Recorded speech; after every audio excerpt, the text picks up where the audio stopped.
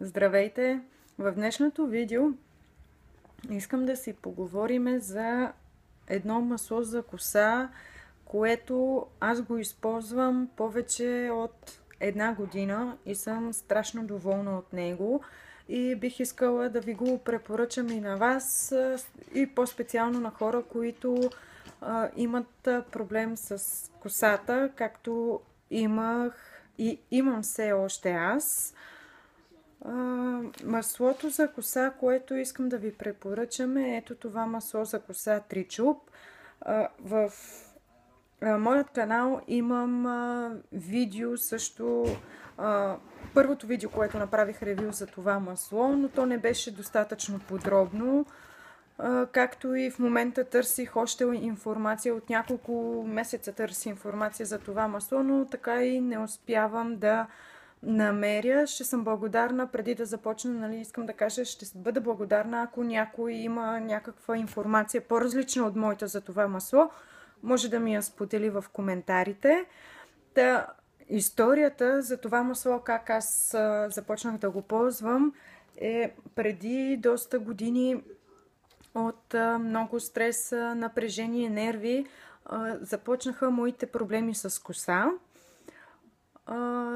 Правих си какви ли не неща, маски, ползвах всевъзможни неща, както повечето ползват тривитаминола, витамини пих, но така и не ми помогна нищо на мен.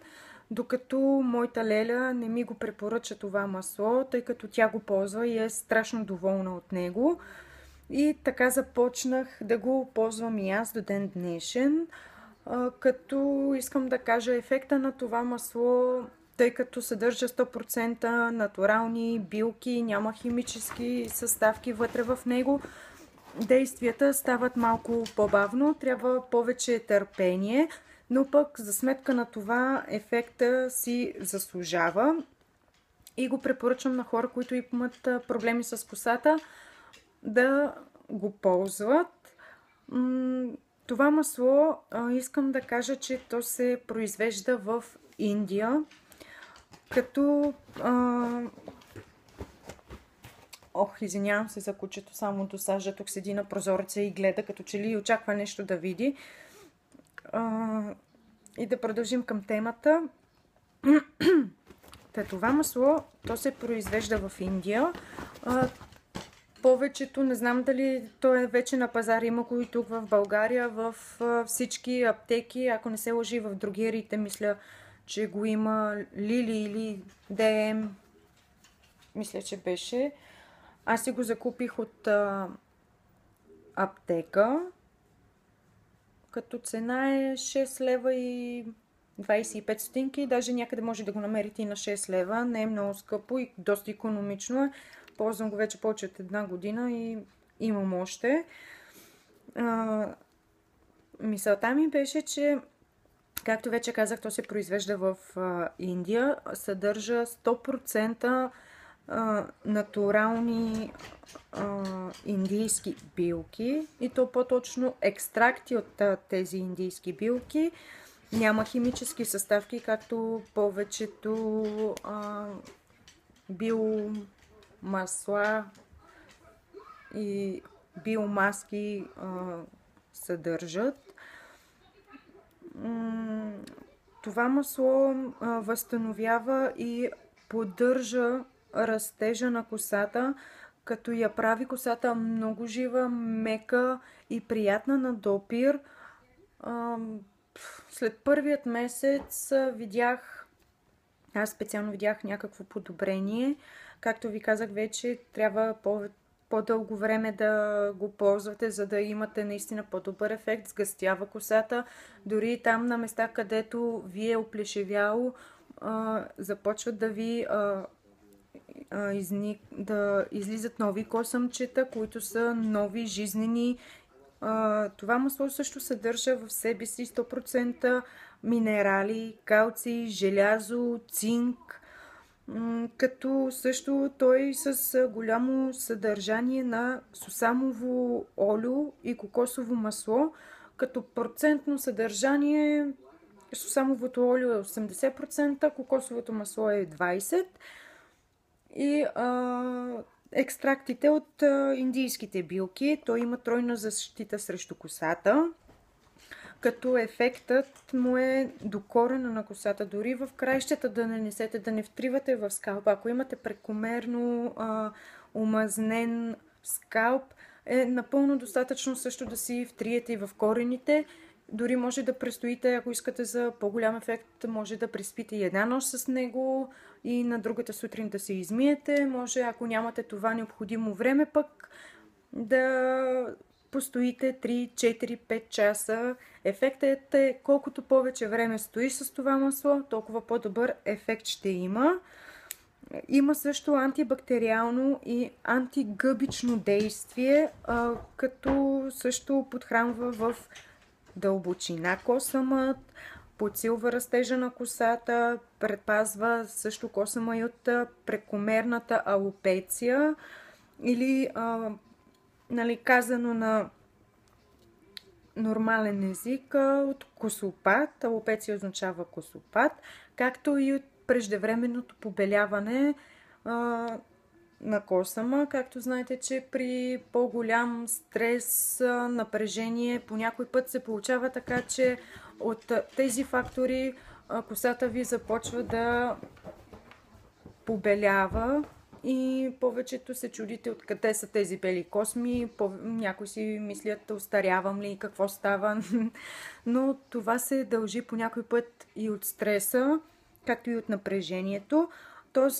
Това масло също може да го ползвате против пърхот и цъфтеж. Той предпазва косата от бързият цъфтеж. Като цяло това е една част от информацията и продължавам да търся друга информация и да го изучавам това масло, като съдържание по-подробно на индийските билки, които има вътре в тях. Търся и искам да ги разуча, тъй като на мен ми е любопитно, пък и да мога да ви отговоря и на вас. Другото, което нещо аз правя, за да поддържам косата си здрава и да мога да я възстановя по-бързо, това е, че освен това масло, което аз си го правя 2 пъти седмично, не трябва да се прави повече от 2 пъти в седмицата, така и в опътването. Не така, Рони! Извинявам се.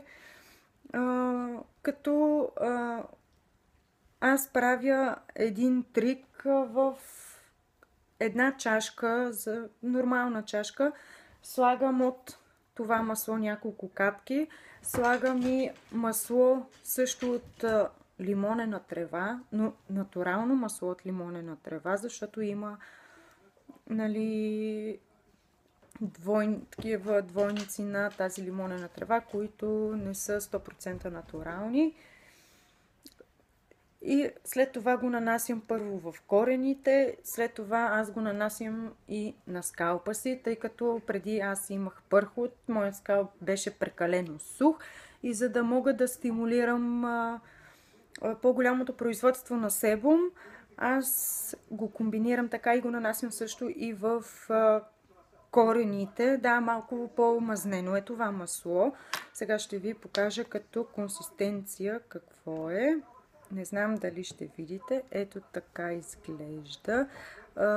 Леко зеленикаво е и като го разтриете, по принцип малко е по-мазно, по-трудно се отмива, но това за мен не е проблем, тъй като аз измивам косата си с малко по-топла вода. Знам, повечето от вас ще кажа, че това е грешно. Косата не трябва да се мие с прекалено топла или с прекалено студена вода, тъй като по този начин я изсушаваме. Трябва да се мие с хладка вода, но когато си я правя тази маска, аз така ги комбинирам и я комбинирам глупости, говоря, я измивам с по-тъпла вода, за да може да се отмие самото масло, да не остава на косата, защото ще се омазни по-бързо. Другото нещо, което правя е, включила съм си в дневното меню няколко вида зеленчуци, които също така са полезни за заздравяване на косата и стимулиране на растежа. Първото нещо, което съм включила, аз включвам не е всеки ден, но се старая през през 2 дена да ги консумирам тези храни. Първото нещо, това са батати. Бататите, това са сладки картофи, които съдържат много витамини, полезни за косата. Съдържа калий, бета-каротин. Бета-каротина, той се използва от организма за производството на витамин А. Предполагам, всички го знаят това. Като витамин А, той предпазва от увреждане косама и стимулира производството на мазнини, които мазнини предотвратяват прекомерното изсушаване на кожата на скалпа, на кожата на главата. И както и предотвратяването на пърхот. Другото нещо, което включвам в моето меню, това са яйцата. Задължително. Аз съм човек, който предимно харесва много яйца, сирене, мляко. Напоследък консумирам и месо, но като цяло се старая да го избягвам. Не, че не е полезно, но в по-големи количества всички неща са вредни и затова гледам да ги консумирам в умерени количества. Яйцата, всички знаем, че те са източник на протеини, както и на витамини и съдържат всичките 9 незаменими аминокиселини, които също са полезни за здравината на косама, за растежа и така нататък. Другото нещо, което включвам аз в менюто си, това са бананите. Бананите, те съдържат важната съставка биотин, както и витамин В7, който пък е водно разтворим и спомага за правилния растеж на косата и ногтите и за тяхната здравина. Другото нещо, което включвам аз в моето меню, това е бобът. Бобът не всички може и да знаят, има някои, които не знаят, но обикновено бобът има хора, които не го включват с асоциацията за красив външен вид, но всъщност не е така. Бобът има много полезни витамини, които са важни за косата. Всички разновидности фасул, които решите да консумирате, съдържат белтъчини, съдържат желязо, съдържат и цинк. Тези неща също са полезни за косата, както и не знам някои дали знаят, но бобът и лещата, за другите видове бобови култури не знам, не съм компетентна, но за тези две храни знам, че съдържат и серотонин. Серотонина, това пък е хормонът на щастието, ако някои от вас не знаят. Мисълта ми беше, че тези витамини също, които ги съдържа бобът и е необходимо да се консумират през няколко дни, също се грижат за доброто здраве на косата, както за нейният растеж. Не на последно място, това са орехите. Орехите също съдържат биотин, както и бананите, но съдържат и витамин Е и то в доста големи дози, както и големи дози съдържат омега-3 киселините. Тези ядки помагат също за защитата на косата от въздействието на околната среда, както я предпазват и от косопад и избледняване на цвета на косата. Другото нещо, което включвам аз, това е сьомгата. Сьомгата, тя съдържа като орехите омега-3 киселини, които са също важна хранителна добавка за здрава коса и ногти, както за очи, сърце, подобряват умствените ни възможности, подсилват паметта и така нататък. Другото нещо, което консумирам, това е кисело мляко. То съдържа витамин D и витамин B5, които също се грижат за здрава коса, като киселото мляко, то подхранва фоликулите на косама отвътре и по този начин прави косата ни да изглежда на външен вид по-лъскава. И не на последно място, но от този списък ми е на последно място, това са тъмнозелените листни зеленчуци. Като цяло аз не съм веган, тези тъмнозелени листни зеленчуци не ги харесвам много, но като цяло те са много полезни и се старая поне веднъж седмично, като имам възможност, да ги консумирам. Това са кадровото зеле, спанак, лапът и броколи. Като цяло аз не ги харесвам тези храни, но са полезни и човек трябва да ги консумират, защото те съдържат витамин А и С, които са също толкова важни за здрава и силна коса, като те стимулират производството на себум, за да може косата и кожата да са по-добре хидратирани. Ако има хора, които примерно са, организма им произвежда по-голямо количество себум, могат да се ограничат, да се ограничи този прием на тези зеленчуци, тъй като това води до прекомерно мазна коса. Също комбинирам и ето тези вегански, този вегански витамин, това е магнезий, с витамин B6, който също така е полезен за косата, за ногтите. И не е така. Снимам видео. Да. Сега, хайде, отивай там да лягаш. Отивай.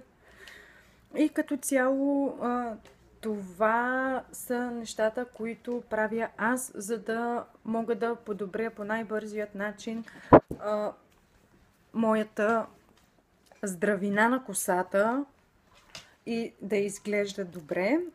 Смисъл не се показвам поради простата причина, защото косата още не ми е добре оформена, не е достатъчно израсла, за да мога да я оформя и за това не се показвам. Надявам се на вас това да не ви пречи и да съм ви била полезна. За хората, които не го знаят, това да съм била полезна по един или по някакъв друг начин. Ако искате да ви казвам другите трикове, които аз правя за моята коса да расте по-бързо и да изглежда много добре, може да ми оставите долу в коментарите. Надявам се да ви е било харесало, да ви е било полезно това видео и да съм била полезна на някой от вас. И ако е така, дайте палче нагоре. И ако искате други такива видеа да правя, може да ми го оставите, както казах вече, долу в коментарите. Това е от мен. До скоро!